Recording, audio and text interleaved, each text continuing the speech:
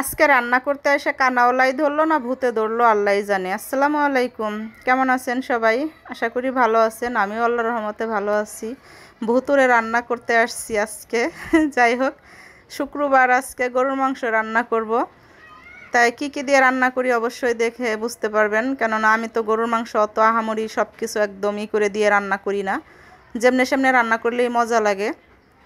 আর গরু মাংস রান্না করতে গেলে আমি টমেটো অবশ্যই ব্যবহার করি, আমার কাছে অনেক ভালো লাগে এটা দিলে। আমি কিন্তু প্রথমে পেঁয়াজ দিয়ে দিলাম, অল্প কিছু তেল দিছি। আর রান্না করতে যাই দেখেন ক্যামেরাটা হঠাৎ করে চালু করা ছিল, এর ভিতরে বন্ধ হয়ে গেছে। এই জন্যই বলতেছি ভুতুরে, আরও কিছু কাহিনী আছে, না দেখলে হয়তো বুঝতে পারবেন না। যে কিরে আমি রান্না করতেছি, পেঁয়াজ টেয়াজ সবই হইতেছে, ভিডিও কিছুক্ষণ উঠছে। আমি হলুদের গুঁড়া দিছি, মরিচের গুঁড়া দিছি, ধনিয়ার গুঁড়া দিছি, লবণ দিছি, গরম মশলা দিছি, কিচ্ছুই দেখা যায় নাই। যাই হোক, পরে দেখি ক্যামেরা অফ হয়ে রয়েছে। কি আর করবো, পরে বাটা মশলা দিয়ে দিলাম, আর গুঁড়া মশলা দিচ্ছি, দেখতেই তো পার নাই ওইটা কিভাবে হয়ে গেল আমি জানি না, কিভাবে ক্যামেরা অফ হইলো। আবার ভূতে এসে মনে হয় আলুও দিয়ে গেছে।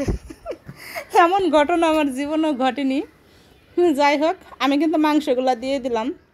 সকাল থেকে শরীরটা এত অসুস্থ, পেটে ব্যথা, হঠাৎ করেই বুঝতে পারছিলাম না কি করব।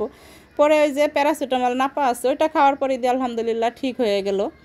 তারপরে উঠছি 1টা বাজে, উঠে তাড়াহুড়া করে রান্না করতে বসাই দিছি। দেখি আবার আজকে জুম্মার দিন, তাড়াহুড়া করে ছেলেও নামাজ পড়ে চলে আসবে, খেতে দিতে হবে। তা মাংস দিয়ে সেরে আমি কিন্তু টমেটো কাঁচামরিচ দিয়ে দিলাম, কেননা আজকে কিন্তু আমার মাংস কষানোর মতো হাতে একদমই টাইম নেই। মাংস বসিয়ে দিয়ে আমি গোসল করতে যাবো, এসে আবার নামাজ পড়বো, এই জন্য খুব তাড়াহুড়া করতেছি। এমনিতেই দেরি হয়ে গেছে।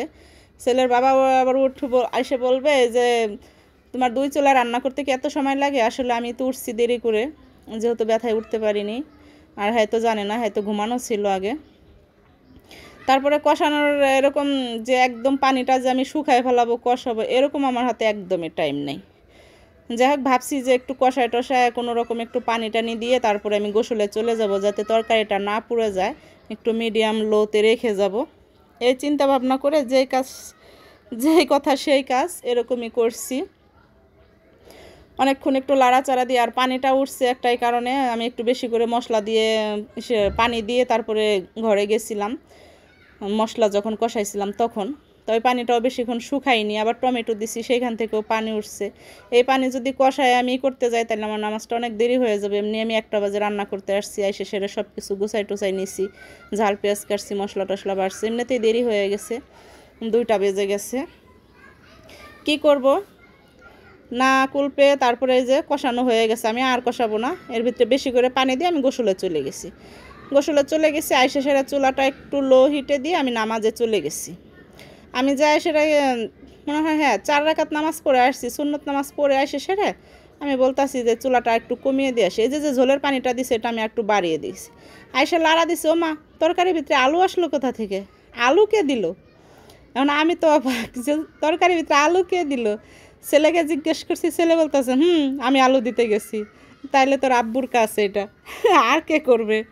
তা আমি আর কিছু বলি নাই, আমি আবার এটা লাড়াচাড়া দিয়ে সুন্দর করে করে আরেকটু চুলাটা কমিয়ে ঢাকনা দিয়ে ঢেকে আবারও নামাজে চলে গেছি, যেটা আস্তে আস্তে হোক। তাই এই জন্যই বললাম। আর এই যে কসকসে একটা মাংস, এই মাংসগুলো আমার অনেক পছন্দ, দাঁতে ব্যথা করে, তারপর ওই মাংস, কসকসে মাংস আমার অনেক ভালো লাগে। যারা আমার ভিডিও দেখেন, যদি ভালো লাগে লাইক কমেন্ট করবেন, খারাপ লাগলে স্কিপ করে চলে যাবেন। আর ইউটিউব থেকে দেখলে অবশ্যই আমার চ্যানেলটা সাবস্ক্রাইব করবেন। আমি কিন্তু অফ ক্যামেরা আরও কিছু কাঁচামরিচ দিয়ে দিছি। আজকে রান্নাটা এমনিই বললাম না যে ভুতুরে রান্না হয়ে গেছে, সবাই আবার কিছু মনে করেন না, অনেকটা ফাইজলামি করে ফেলাইলাম। যাই হোক, কাঁচামরিচ দিছি একটাই কারণে, প্রথমে কাঁচামরিচও দিছিলাম, মরিচের গুঁড়ো অল্প দিছিলাম, দেখলাম একটু ঝাল কম হয়েছে। আর এখনকার মরিচ তেমন একটু ঝালও ছিল না। তা আবারও ঢাকনা দিয়ে চলে যাই, তো নামাজ শেষ করে আবার চলে আসছি। এসে দেখি ঝোলটা একদম একটু ঘন হয়ে গেছে, গাঢ় গাঢ় হয়ে গেছে। তো আমি লাড়াচাড়া দিয়ে আবার চুলা কিছুক্ষণ ডিম করে একদম লো হিটে দিয়ে আরও কিছুক্ষণ রান্না করব আমি, কেননা একটু ভালো করে সেদ্ধ হবে। গরুর মাংস ভালো করে সেদ্ধ না হলে এবার ভালো লাগে না খেতে।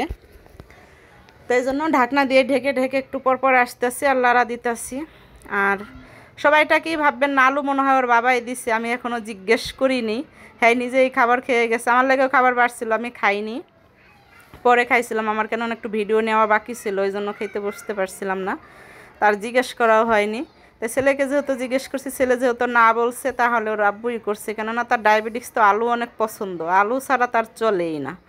হ্যাঁ এই কাজটা করছে যখন আমি গোসলে ছিলাম নামাজে ছিলাম তখন। ভালো থাকবেন সব, আল্লাহ হাফেজ।